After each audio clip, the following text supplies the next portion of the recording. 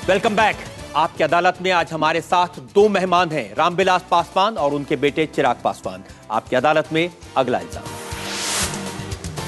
आपकी अदालत में लोक जनशक्ति पार्टी के नेता रामविलास पासवान पर इल्जाम है कि ये पुत्र मोह में फंस गए हैं।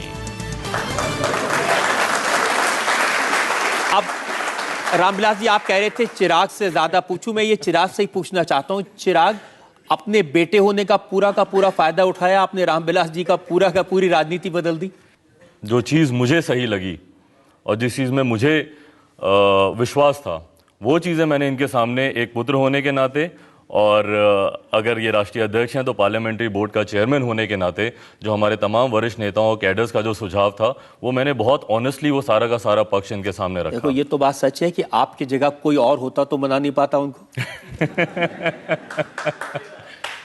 नहीं, देखिए, हमारे केस में बहुत क्लियर था, आइदर यू कन्विंस मी और I will convince you, so I think the latter one. तो रामविलास जी, परेशानी नहीं हुई? क्योंकि मैं आपका 2002 का इंटरव्यू मैंने निकाला, ये 12 साल पहले का। आपने कहा कि मैं इंतजार करता रहा कि आखिरी वक्त पर मोदी को बर्खास्त कर दिया जाएगा। बिल्कुल। फिर 12 साल तक लगातार नरेंद्र मोदी को सांप्रदायिक कम्युनल कहते रहे। मैं फिर बेटे के कहने से बदल गया। नहीं। 2002 का जो सिचुएशन था, उस सिचुएशन के तहत हमने सही कहा, उसमें कोई बात नहीं है। लेकिन जैसा कि मैंने आपको कहा कि 2002 और 2014 12 साल हो गए, तो 12 साल जब एक युग बदल गया है तो आप उसको लेकर के कैसे आप रोक सकते हैं? हालांकि हम पहले भी मन में हम लोग लग रहा था कि एक तरफ में भावना की लड़ाई थी और एक तरफ में क्या कहते हैं एक पार्टी का था, तो हम शुरू में भी। ये बताइए ना चिराग, कैसे कन्विंस कर दिया आपने? जिस चीज पर वो इतने अड़े हुए थे और 12 साल से, मैं 18 अगस्त 2010 का बयान है, सोहराबुद्दीन के मामले में पार्लियामेंट में थे रामविलास पासवान, मैंने खुद देखा, ये पेपर दिखा रहे थे और कह रहे थे कि ये कांग्रेस और बीजेपी के अंदर डील हुई है, नरेंद्र मोदी को कैसे क्लीन चिट मिल सकती है। लगातार इनका ये जीवन भर ये स्टांस रहा है। देखिए, हकीकत ये भी है कि जिस इशू पे 2002 में गोधरा कांड को लेके जिस इशू पे इन्होंने इस्तीफा दिया था, उस वक्त की जो परिस्थितियां थी उसके हिसाब से वो बयान आए थे। आज जब सुप्रीम कोर्ट द्वारा गठित एसआईटी अगर आपको क्लीन चिट दे रही है तो लॉ अबाइडिंग सिटीजन्स हम उस बात को मानते हैं, उस बात को पूरी तरह से एक्नॉलेज करते हैं।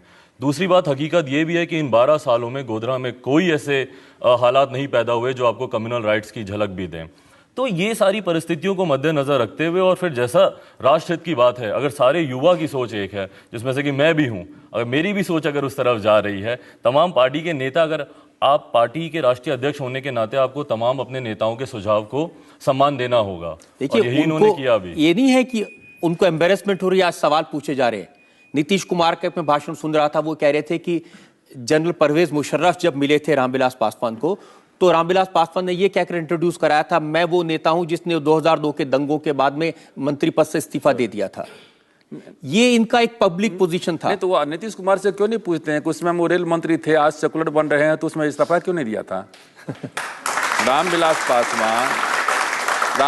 पासवान यदि 2002 में हम कैबिनेट मंत्री के पद से इस्तीफा दे सकते थे, तो नीतीश कुमार भी तो रेल मंत्री थे, वो क्यों नहीं इस्तीफा दिए? कांग्रेस के किस नेता ने इस्तीफा दिया या आरजेडी के किस नेता ने इस्तीफा दिया? आज गुजरात में है, तो गुजरात में यदि खुशहाल है तो सिर्फ एक वर्ग का लोग खुशहाल नहीं है, दलित भी खुशहाल है, मुसलमान भी खुशहाल है, हर तबके का लोग खुशहाल है। जब तक आपके थाली में जो है रोटी नहीं आएगी तो आप टुकड़ा कहां से कीजिएगा? लेकिन ये आप कह रहे हैं ना, राहुल गांधी जिस कांग्रेस के साथ इतने बरस से आप काम कर रहे हैं, उनका इंटरव्यू मैंने देखा, उन्होंने कहा कि गुजरात के मामले में, 2002 के दंगों के मामले में नरेंद्र मोदी को क्लीन चिट देना जल्दबाजी होगी। वो भी चिराग की तरह नौजवान है, उनकी बात सुन लेते। हाँ, तो चिराग से पूछिए।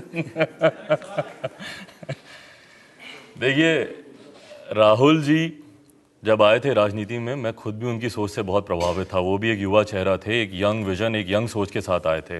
बट हकीकत ये भी है कि इन बिटवीन जिस तरह से he lost the graft and he couldn't deliver, तो अब उसके बाद अब राहुल जी अब क्या कह रहे हैं, नहीं कह रहे हैं। देखिए, अगर एक न्यायालय का एक आदेश आया है, जब तक उसको दोबारा उसके ऊपर कोई कार्रवाई नहीं होती, हम उसका सम्मान कर रहे हैं। तो राहुल गांधी का क्या होगा? जैसा मैंने कहा, ही कुडंट डिलीवर। मैं खुद प्रभावित था उनसे बहुत समय तक, और मैं उनके साथ लग के मैं चाहता था कि जिस तरह से एक युवा सोच के साथ वो आगे लालू बढ़े जी हैं, भी आपके साथ पार्टी में काम करते थे, लालू जी और रामविलास जी इकट्ठे काम करते थे। उनके आप स्टेटमेंट देखिए, वो कह रहे हैं नरेंद्र मोदी अगर प्रधानमंत्री बने तो देश में मुसलमानों का कत्लेआम होगा। देखिए, जैसे हमारे राष्ट्रीय अध्यक्ष ने भी कहा कि जिस तरह की परिस्थितियां होती हैं उसके अनुसार वो बयान आते हैं, बट आप उन बयानों को रोक के आप अपने आप को एक एरा में फ्रीज करके नहीं रख सकते। देश की तरक्की के लिए बहुत ज़रूरी है, जैसा इन्होंने कहा, हकीकत ये भी है कि इमरजेंसी भी लगी थी, हकीकत ये भी है कि कम्युनल राइट्स 84 में भी हुए थे कांग्रेस की सरकार के दौरान ही, जो 6 राइट हुए थे। हकीकत ये भी है कि कांग्रेस की सरकार में ही भागलपुर के भी दंगे हुए थे, बाबरी मस्जिद का भी मुद्दा आया था। गिवन अ चॉइस ये चीज़ें कभी नहीं होनी चाहिए, गिवन अ चॉइस गोधरा के कांड नहीं होने चाहिए थे, बट ये हुआ, बहुत बुरा हुआ। बट आप अपने आप को उस एरा में फ्रीज करके नहीं रख सकते। देश की तरक्की के लिए बहुत ज़रूरी है कुछ बातों को वहां पे छोड़कर आगे बढ़ना।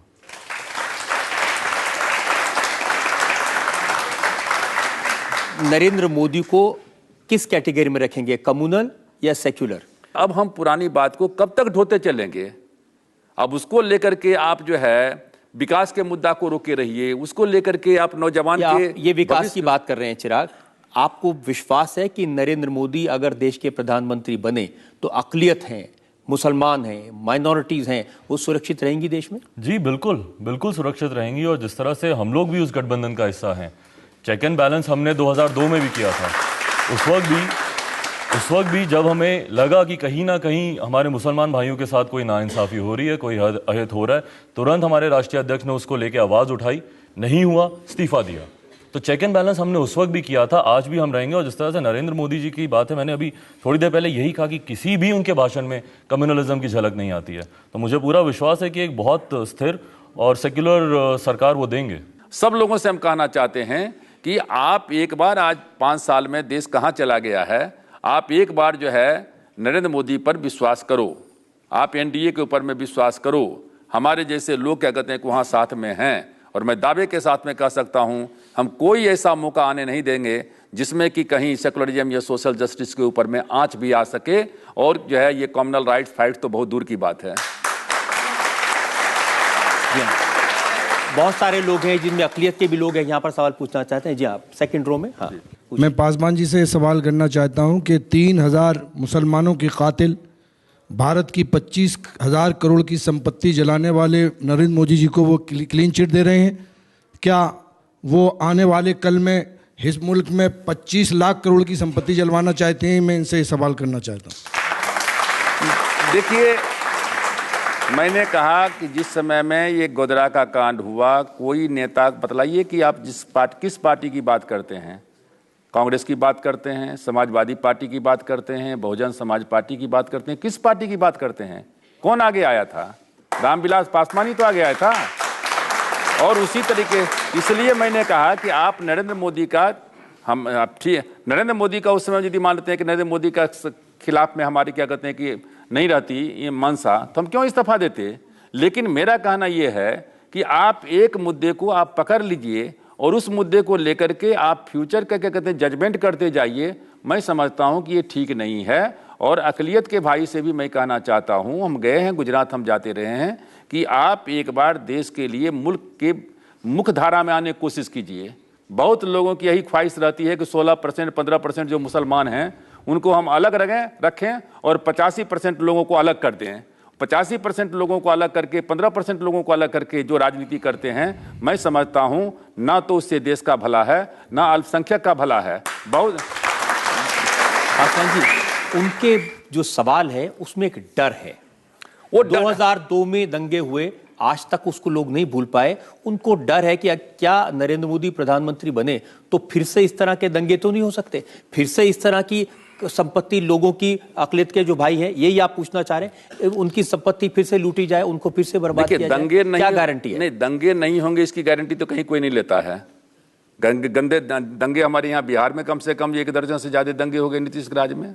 दंगे क्या कहते हैं कि आपके हो गए, क्या कहते हैं कि उत्तर प्रदेश में दंगे हो गए, कितने दंगे हो गए हैं, जबकि वहाँ मुलायम सिंह यादव की सरकार है। दंगे होंगे कि नहीं ये बात तो हम नहीं जानते, लेकिन हम ये बात जरूर कहना चाहते हैं कि उस दंगा नहीं हो, इसके लिए हमारा पूरा का पूरा ताकत क्या कहते हैं लगा रहेगा। और दंगे के बाद क्या कहते हैं यदि कहीं दंगा होता भी है तो उसमें कहीं कोई भेदभाव क्या कहते हैं कि नहीं बरता जाए, इसकी क्या कहते हैं पूरी की पूरी गारंटी रहेगी। ये इसकी गारंटी हम लेते हैं। ये तो सर ये हो गया कि दिलों में आग लबों पर गुलाब रखते हैं, दिलों में आग लबों पर गुलाब रखते हैं और सब अपने चेहरे पे दोनों नकाब रखते हैं, ये हो गया। ये नहीं, देखिए हम एक बात कहते हैं, ये देश को कोई हिला नहीं सकता है। कोई भी आदमी कहे कि हम मुसलमान को क्या कहते हैं देश से भगा देंगे। गुजरात से मुसलमान भाग गए क्या, या कहीं से कोई भाग जाएंगे क्या? कहीं से कोई, देखिए कहीं से कोई जाने वाला नहीं है। यहाँ जिनको जाना था पाकिस्तान चले गए। ये देश का मुसलमान क्या कहते हैं कि देश का है। और बाबर भी आया था तब 1500 लोगों के साथ में आया था। आज 50 करोड़ मुसलमान हैं, वो कोई बाबर के औलाद नहीं है। हम सब लोग एक ही परिवार के हैं, इसी समाज से सब लोग गए हुए हैं। इसलिए ये मन से ख्वाब को क्या कहते हैं कि बिल्कुल हटा देना चाहिए। और एक बार हमको लगता है कि विश्वास करके देखो, अतृप्त इच्छा जो होती है, अनडिजायरेबल एलिमेंट्स बहुत खतरनाक होता है। और अतृप्त इच्छा जो होती है, एक बार लोगों के मन में इच्छा जग गई है कि नरेंद्र मोदी को प्रधानमंत्री बनना चाहिए, हमको लगता है कि 5 साल तक उनको देखिए, फिर 5 साल के बाद जज कीजिए कि वो आदमी अच्छा है कि बुरा है। उसके बाद देश की जनता फिर जज कर लेगी। बिल्कुल ठीक बात कही कि देश की जनता इस चुनाव में फैसला करे और सर्वोपरि देश वही फैसला सबसे बड़ा होता है। मेरे पास इल्जाम और बहुत सारे हैं। हम एक और ब्रेक के रुकेंगे और ब्रेक के बाद आपकी अदालत में रामविलास पासवान और चिराग पासवान पर जनता के मुकदमे का एक और नो मैटर 30 साल की उम्र में पार्लियामेंट्री बोर्ड का चेयरमैन, अगर आप पासवान जी के बेटे नहीं होते तो कौन बनाता? अगर